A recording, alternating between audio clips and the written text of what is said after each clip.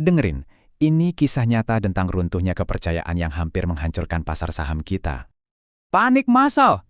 Bursa kita langsung lumpuh total, cuma dalam hitungan menit loh.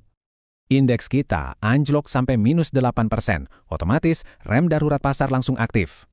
Otoritas nggak punya pilihan. Perdagangan dibukukan total buat nahan kehancuran lebih parah. Bayangin, dalam sehari, investor asing cabut dana 6,17 triliun rupiah. Gila kan? Nah, pertanyaannya apa sih pemicu utamanya? Ini bukan sekedar koreksi pasar biasa ya.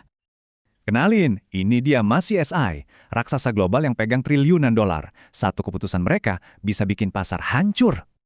Intinya jelas, ini krisis kepercayaan. Investor global udah mulai ragu sama integritas pasar Indonesia.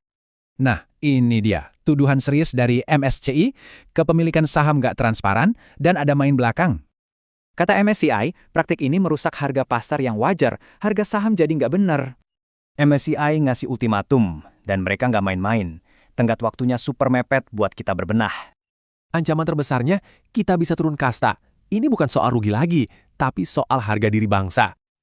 Sekarang kita di level emerging market, bareng Brazil dan Cina.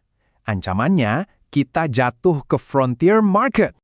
Dan kalau sampai turun kasta, status kita bakal disamain sama negara kayak, Togo. Dampaknya, bencana. Modal asing kabur, rupiah anjlok, kepercayaan investor hancur lebur. Titik. Tapi di tengah semua kepanikan ini, selalu ada dua sisi, dua sudut pandang yang beda banget. Yang pertama jelas pesimis, ancaman turun kasta ini bakal bikin asing makin getol jualan. Tapi ada juga yang bilang ini hujan emas, kesempatan borong saham bagus dengan harga murah gila. Jadi pilihannya cuma dua buat investor, ikut panik jual rugi atau malah serok di bawah. Sejarah sih bilang pasar pasti pulih. Pertanyaan besarnya cuma satu, kapan? Nggak ada yang tahu. Jadi, mampukah Indonesia pulihkan kepercayaan? Atau kita harus siap-siap turun kasta? Waktu terus berjalan.